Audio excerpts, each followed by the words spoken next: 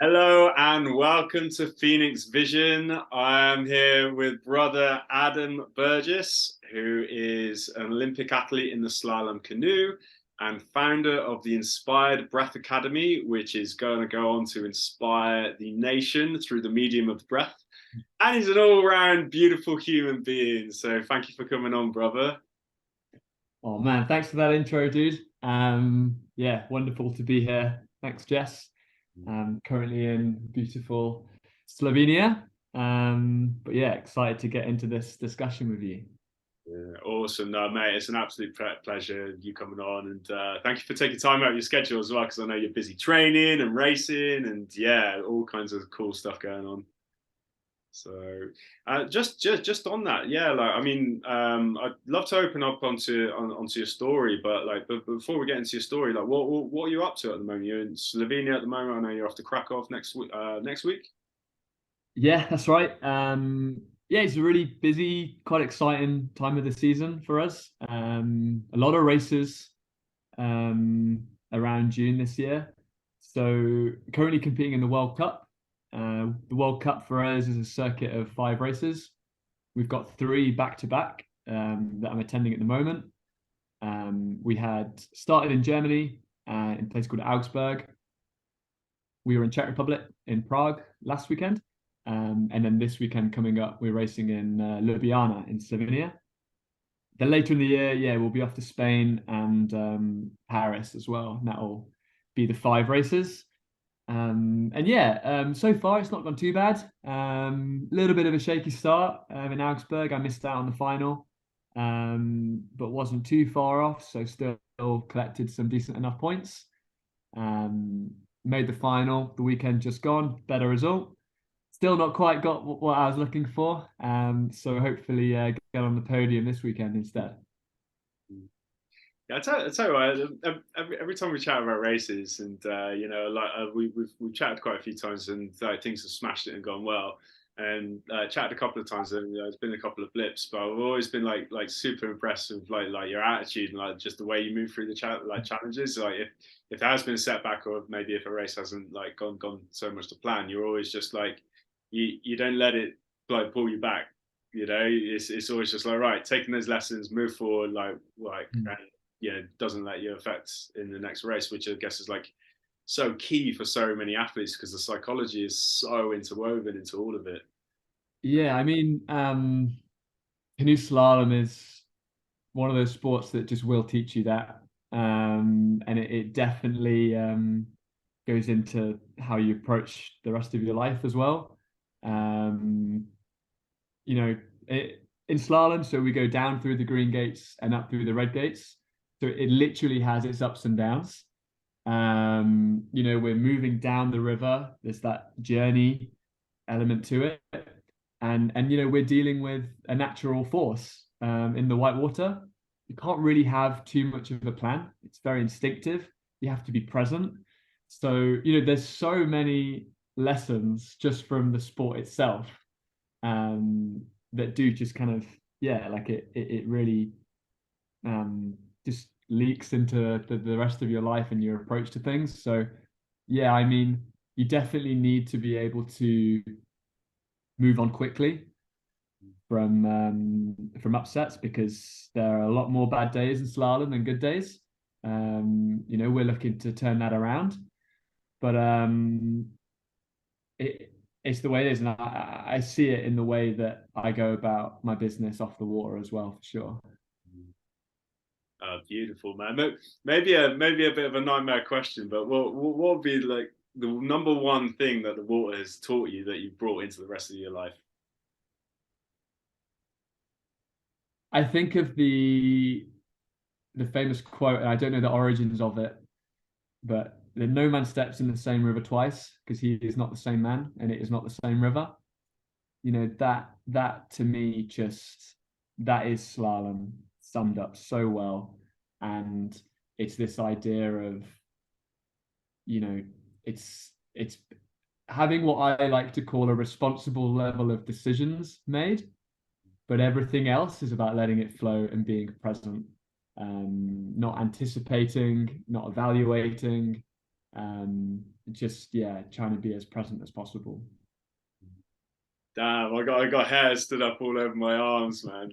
Listen to you express that, and yeah, it's what a beautiful metaphor for life as well, because like life is ever changing. No, like the man Mm. no steps in the same river twice, and you know, I guess like we can't control how. Or you can't control how the water goes or how the race goes, because it's ever changing, dynamic, like turbulent environment, and such is life. And you know, we to the degree we can't control certain things within the water, we can't control life, and neither are we supposed to. But I guess like we can very much you know, temper ourselves and control ourselves and give ourselves like the best opportunity to approach life as well as approach the water.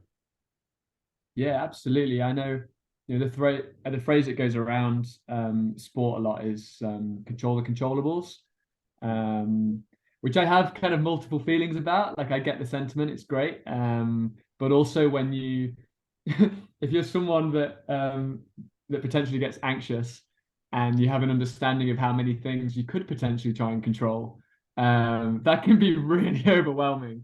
I prefer the phrase or the idea to just control one thing, which I think will lead us lovely into the rest of our conversation. Because for me, often that is breath, the Mm, thing that's always with us. mm.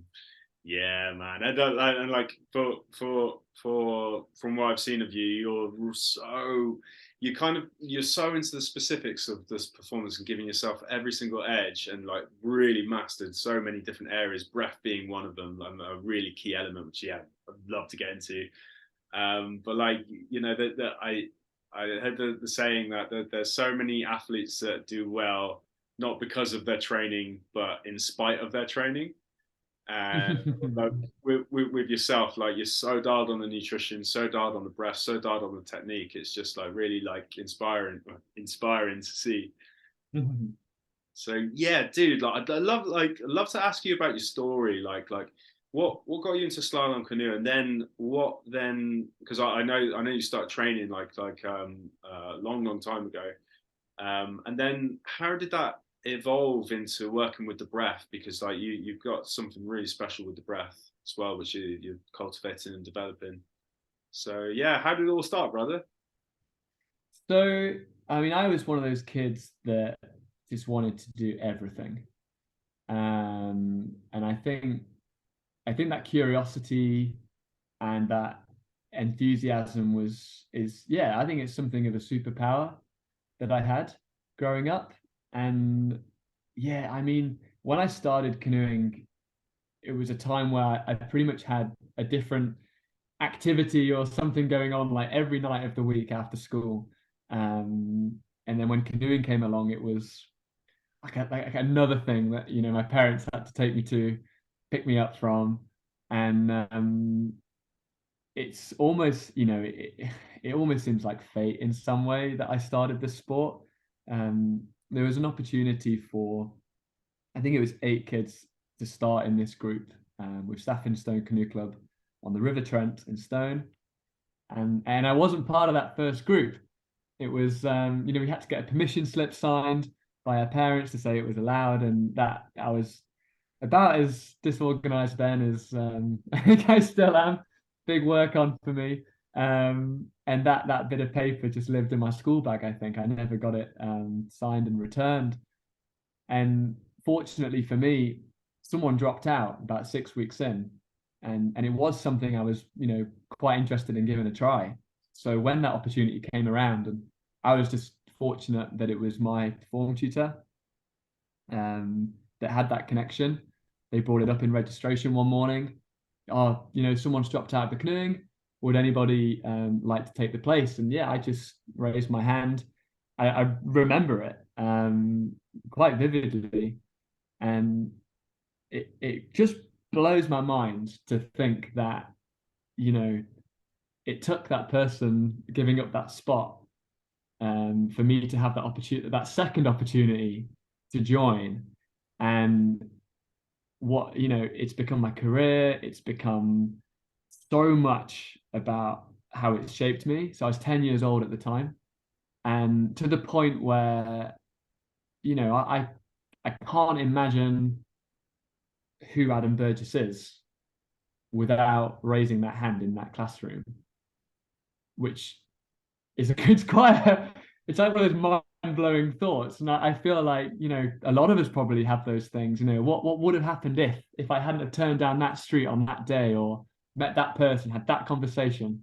Um, yeah, I find these things kind of mind-blowing. But yeah, from I loved it from the word go. Um, Within a year or two, I pretty much dropped everything else I was doing. Um, I was playing football, swimming, I was with the scouts, piano lessons, all sorts of things. And yeah, gradually kind of canoeing started to take over with everything. And, I was only about 13, 14 years old when I was realizing to myself that, I've got time before school where I could go training as well as after school. And then there's like the evening slot as well. And I remember I used to drop my kit off sometimes on the way to school because I used to walk past the club. I'd drop it off for later on, or I'd go before school and I'd wait until I'd see other kids walking over the bridge at the top on their way. That was my cue to get off and get changed. Um, and yeah, I mean, I watched the 2004 Olympic Games in Athens. My granddad recorded the finals of that for me, and I'd have been I'd have been 11, I think, during that time. And pretty much from that moment, I wanted to go to the Olympic Games. And it was a long road to get there. Plenty of ups and downs, injuries, missing the team at times, not necessarily getting what I wanted. But yeah, on the way there, under 23 world champion in 2015. That was a big moment for me. Racing in the jungle in Brazil. That was one that was particularly special for the injuries and some real near misses in races the year or two before. That title felt like it was coming. And then yeah, I guess established myself as a senior athlete from that point. I've been vice European champion, been in 3 world championship finals now, been ranked top 10 in the world. And then yeah, the big one, 4th at the Olympic Games in Tokyo a couple of years ago. Which is it's a tricky place to finish 4th. Kind of bittersweet. We went there to win. Felt like we had the tools, and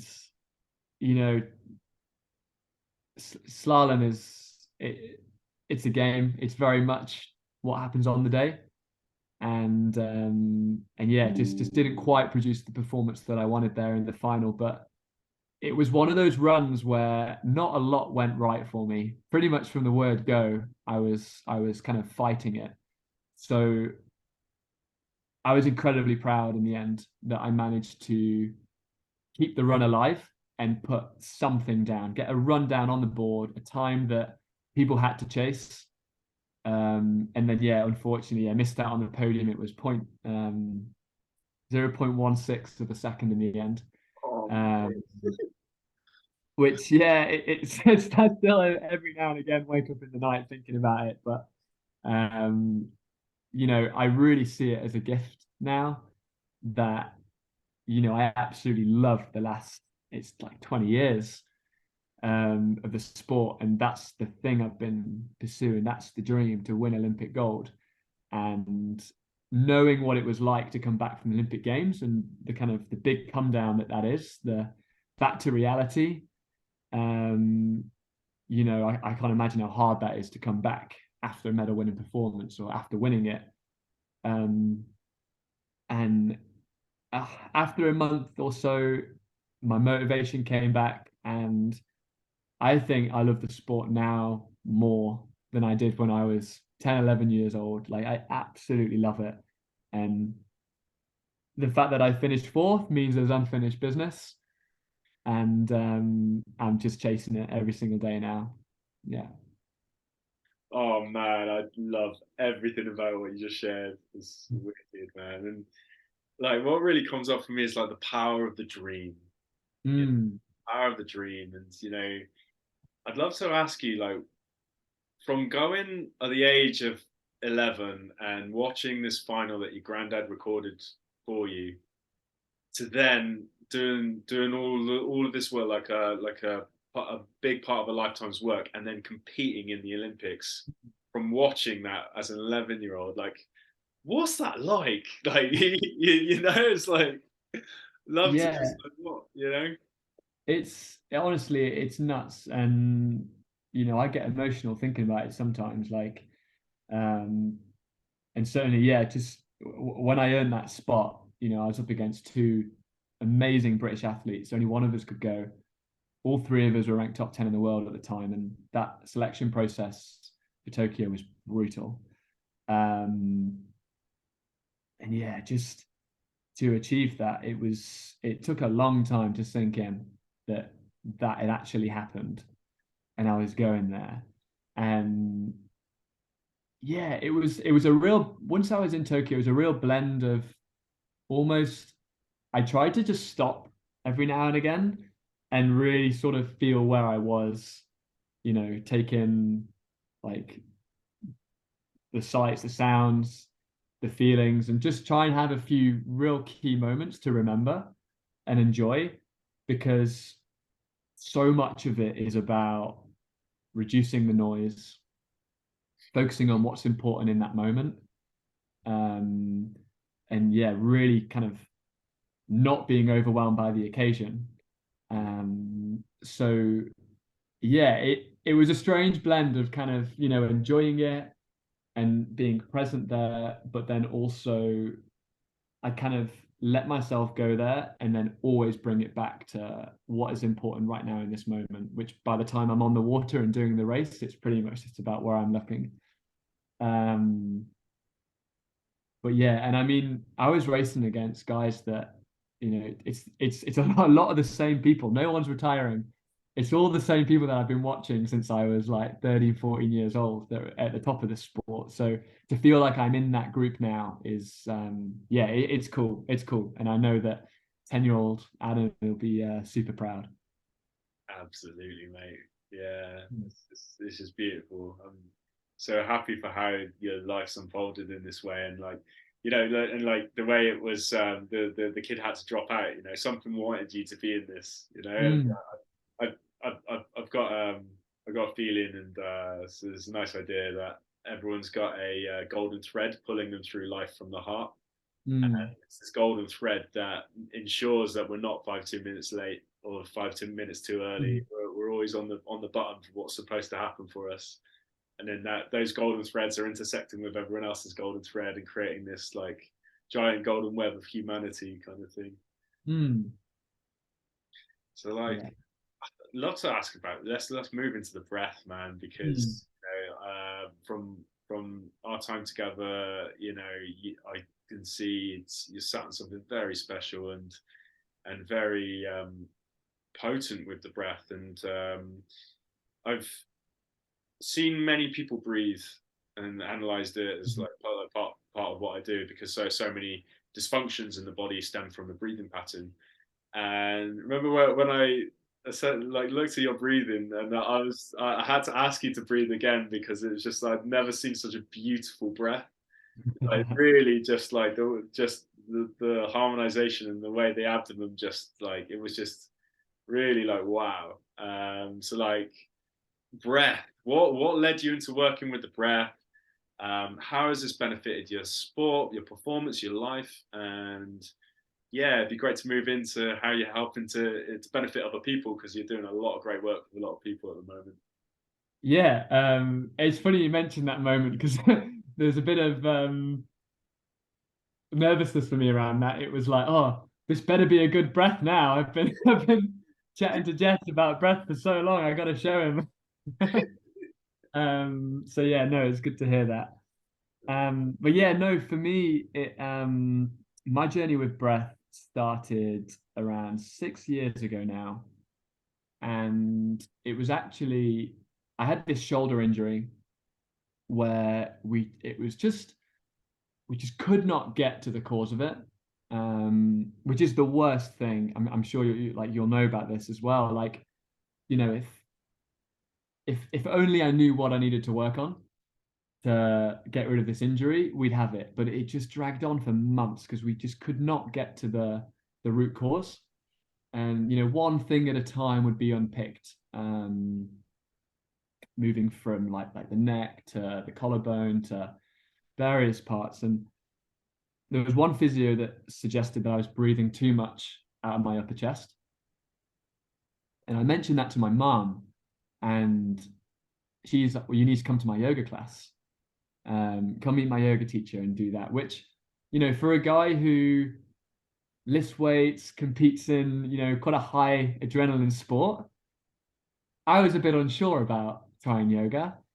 And I went along to my mom's class and yeah, just kind of got my ass handed to me uh, by a room full of women that seemed so much stronger than I was at that asana practice. And I think that can go one of two ways when you're an athlete. It can maybe hurt your ego and you think, nah, it's rubbish. That's not for me. Or I think if you have the kind of athlete mindset that I have, it's like, wow, like there is something in this for me. I can learn a lot in this room. And that's the way I went. I went back and I saw this teacher to work one-to-one on breathing. And I learned various pranayama and I guess just better techniques for breathing. We were working a bit more on like belly breathing rather than into the upper chest. I then started speaking about this stuff with my coach and some of our service providers at British Canoeing, and we managed to bring in a yoga teacher. For about 6 months, I think, we were getting teaching from a yoga teacher in London, Elodie, who was amazing. And it was so good to have, we just had one teacher for 3 of us. It was just my coaching group. So, we got such expert instruction in such a small group at the beginning of that journey, which was amazing. And somewhere along the way, I stumbled across the Oxygen Advantage, which is a book that I read, and has since, I've become an Oxygen Advantage advanced instructor, and that's kind of where the breath started for me. I guess my journey with yoga, kind of the breath brought me to the mat and started it off. I was then really interested in the physical practice, the hand balancing, the transitions, and then it started to really inform the way I wanted to race. It became very much more about the mindfulness, the presence, the focus, the drishti, where you're looking. This really informed my racing philosophy. And then all of these things still remain, but the breath really kind of came back around and has been the main thing that has been, the main focus of my practice all the way through. I think, where I'm at with breath now, I think it's an interesting journey because I've kind of had both the pranayama aspect from yoga, and then I've had the education through the Oxygen Advantage, which is it's more like Western-based, evidence-based science. It's all the same stuff. You'll know that, the yogis, they knew this stuff too. It's just different words. And then I guess there's maybe a third element, which is how I've applied this stuff in my life and in my sport. So yeah, I mean, I was employing these techniques in the Olympic final, which is yeah, feel like I'm at the forefront of this stuff, not just in education, but in also the application of the skills. And what I'm trying to do now, yeah, I've decided that I need to start teaching this stuff because, well, I was sort of loosely teaching a little bit, and then opportunities just kept coming.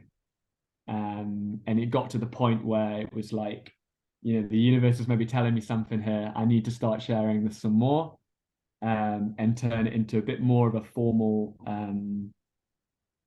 coaching program.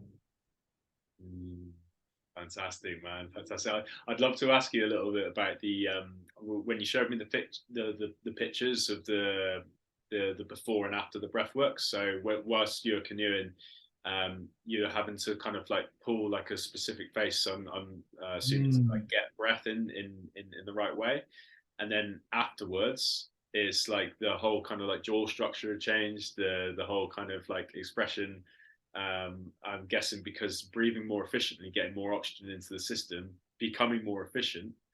It was such a stark contrast in terms of the facial expressions and structure in a way. So yeah, would you care to share about that aspect of how the breath has changed? Yeah, I mean, it's one of those things. It's something I always say to new clients or any like workshops I'm running and stuff. You can be incredibly fit. So I was already winning medals at top senior level at this point. Yeah, I was not a good breather. And fitness and your ability to breathe well are not necessarily related. Well, not you can get away with being a bad breather, but I feel like, if you can, there's so much you can optimize with it that it can be complementary to your fitness, but it's kind of a separate thing. And the breath goes into, yeah, like physiologically, the efficiency of the engine, but then the biomechanics as well. And as far down as, yeah, like you say, the changes in the face, like this was kind of fascinating for me, that I actually used myself as my case study as part of my education. And yeah, one of the main slides that I used was how my face during competition had changed. I used to have a reputation for pulling terrible faces when I was racing. My jaw would be right off to the side. And what blows my mind a little bit is how kind of brushed off it was. It was like a funny thing, and it was really brushed off, and no one ever commented on it, that it may be something we can work on here. Um, the deep relation the breath has with the core, and even the kind of understanding of what core stability is now, through understanding the breath, is so different to what it would have been for me before. And yeah, so evolving from the point of this jaw off to the side to nowadays very much keeping the face very symmetrical and square whilst racing. I do think my jaw has grown, the structure of my face. There are we we sort of joke, but maybe there's a lot of truth in it too. We say sometimes, breath work can maybe make you better looking as well. Set that jaw in the right place. There's an evolutionary what's the word? It makes sense, evolutionary, that strong jaw, is something that would be more attractive, as well as more efficient and effective. I can see that with a damn handsome chap like yourself, mate.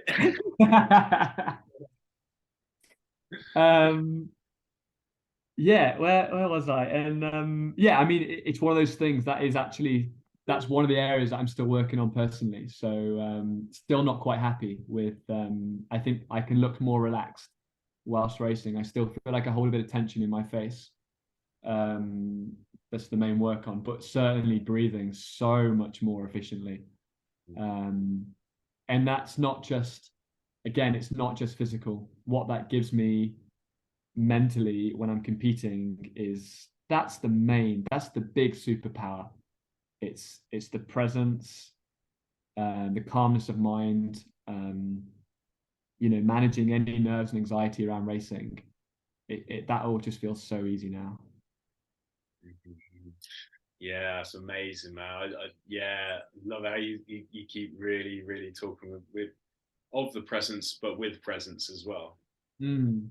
You have the presence, and part of this is going to be the person you are, but also what comes through the breath. And you know, like what you're saying about jaw structure, if you see someone who's been a mouth breather for a long period of time, in the Mm. extreme, they're kind of their chin kind of tends to disappear, and like also people with cleft palates, this can kind of cause them to mouth breathe in this way. And breathing is so key to the rest of the system. And Paul Chek, in his system, he talks about the breathing mechanism being at the top of a hierarchy of control systems. Mm. So if there's a breathing dysfunction, then it can potentially impact the jaw, the vertebrae here, the vision, the balance, the vestibular system in the ears, can even affect the organs, can definitely affect the lower back, breathing dysfunction. Mm. If the breathing dysfunction is affecting like one side of the diaphragm, then that's going to create like a whole kind of wave of dysfunction as well. So and it's amazing, through your work, you've really shown such a fantastic tangible testament to that, in terms of only with the what's happened with the jaw structure, but also it's massively changed your performance output as well. Would that Mm. be fair to say as well? I think, yeah, it's the consistency, or between myself and my coach, we don't really like that word. It's the stability of my outcomes has been far, far greater since I corrected my breathing dysfunctions. And still work to go, which is another exciting thing. I think the journey with breath, it's similar to similar similar to journey to like a handstand, for example. Like, there's this, you're never quite satisfied. You can always be a little bit better. And yeah, it's really cool. I mean, one of the other things for me, like, so much stuff makes sense now from my past. I had the worst hay fever from anyone I've ever met. I once put my back out from sneezing too much. Um, and now, yeah, I very rarely get any symptoms of hay fever. Usually kind of aware of it, that it's in the air and I need to be extra on it. But, I never take any medication for it anymore. I had a really bad stammer as a kid. And, I wonder if that was something to do with the breathing dysfunction, not using my diaphragm properly.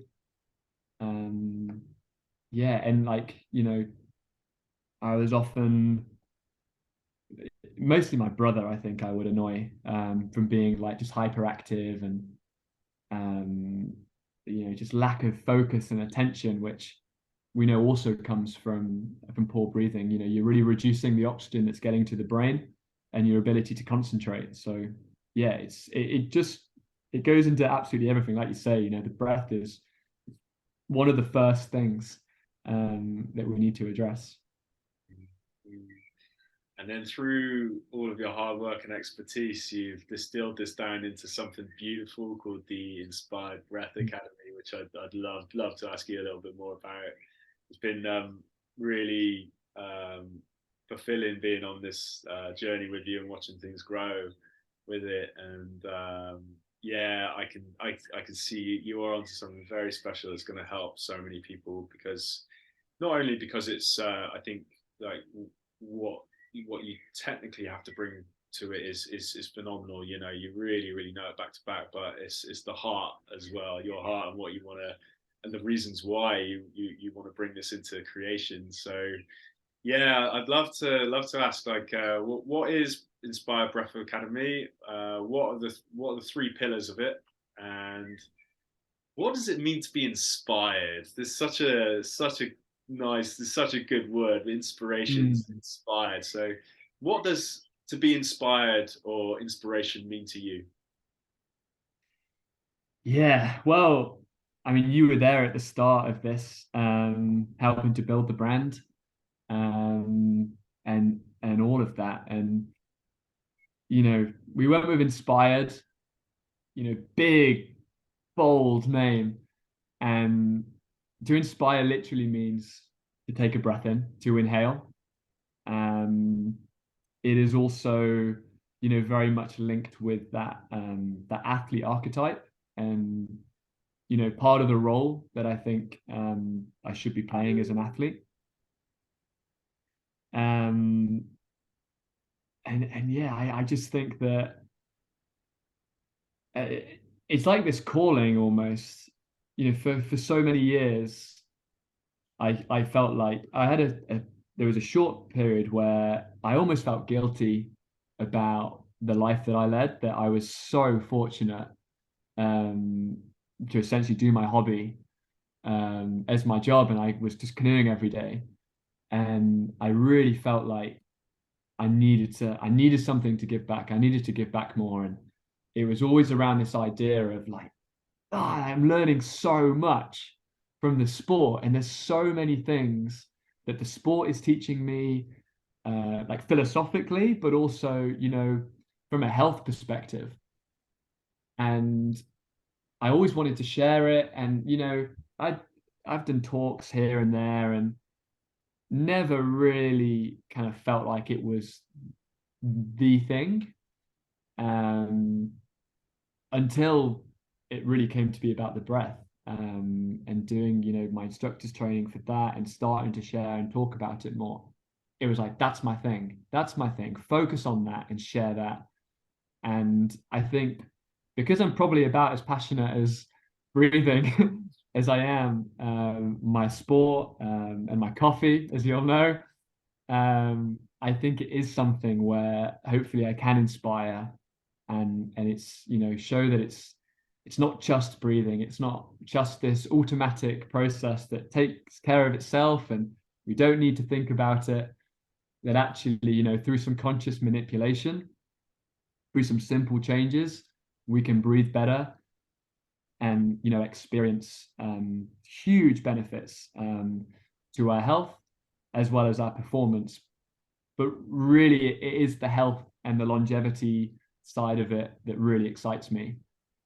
Um, the three pillars of the business: learn, thrive, and flow. So yeah, it starts with education. I think that's the most powerful thing. So many people can come along and deliver a guided breathwork exercise, but I feel like, from my journey, really learning and understanding how and why this stuff works and why it's important, that made such a big difference into me actually then doing the things. Um, I often say that the objective really is to not need the breathwork practice or the coach. You're breathing better 24 hours a day. You have the understanding. You just know how to breathe in any given moment, to create the state that you're trying to create, the appropriate state for whatever it is you're doing, which most often, in today's world, is about down regulation. There's not very many times we need to upregulate. That kind of happens on its own, and often when it's not appropriate.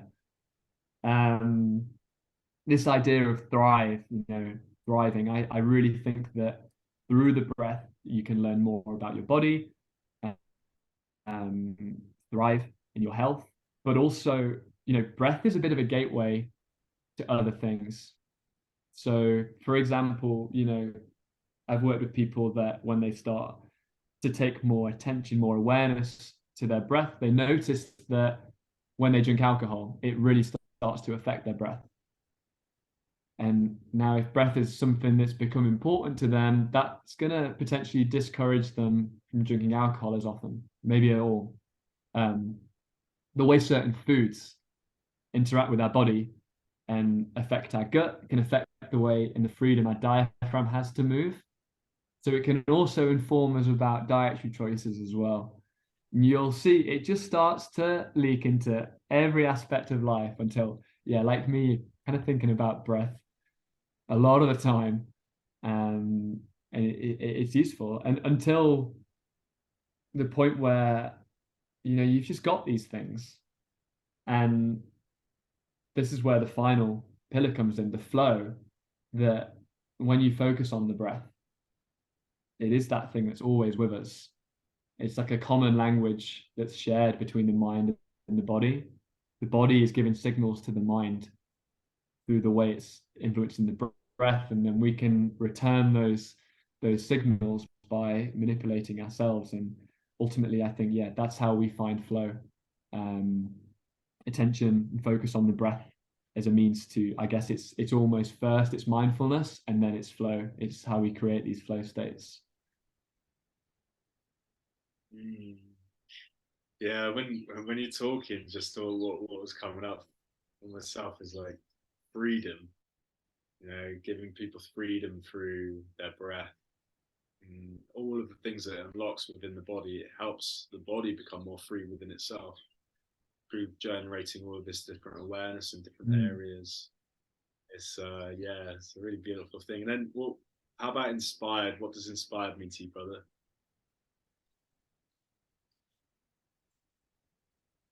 I think, yeah, it's that I mentioned. It's that it's come from a place of wanting to serve, wanting to help, wanting to share what it is I've learned, um, through being in a very fortunate position, of competing in elite sport. Um, Part of my work is one-to-ones, workshops, corporates, but then there's this real passion project that I have in mind where, I'd love for this to be taught in schools. Um, if we can teach people at a young age how to breathe effectively, and it's such simple stuff. It's so easy, and we can avoid so many cases of asthma, anxiety, panic attacks, the ability to control their state in stressful situations. It's life lessons that, yeah, hopefully, yeah, I just think it can really make a big difference to people. Absolutely, man. I it's one of the things I've enjoyed chatting with you about the most is your passion project of changing the lives of all of these kids. And there's a Indian thought, that we have and from Chinese traditions as well, that we have a certain finite number of breaths, and once we Hmm. go through these breaths, then we pass on.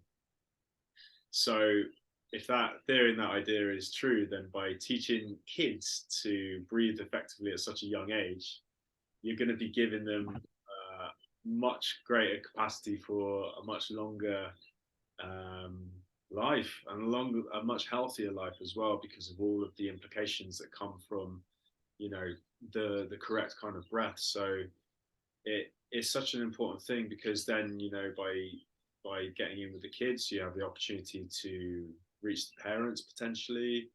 And you know I've always thought you with your platform and with everything that you've created for yourself, you've got such an amazing foundation to be able to help a lot of people, like a lot of people. Um, so like, do you find that I know the answer to this, but like you know, let me rephrase the question. Your desire for, okay, so next year you're going to be going for the gold. Now, we've spoken about like your prime motivations for that gold, but I'd love to ask you for the benefit of the listeners, like what is behind the reason for wanting to get this gold next year, buddy? Hmm. Yeah, I think there's a few things, um, but this being able to share the breath is like a new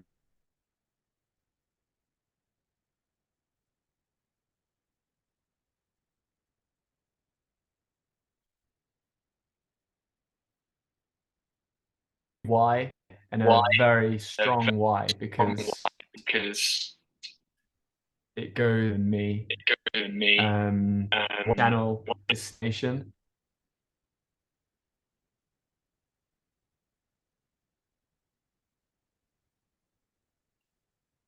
I think our signal's just gone a bit funny Yeah, hang on, mate. since I moved.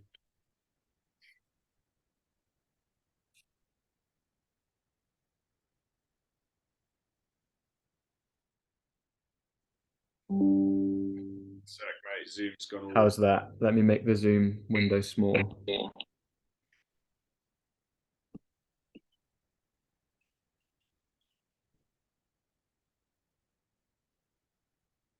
I'm just going to do something in my end a sec. Hang on.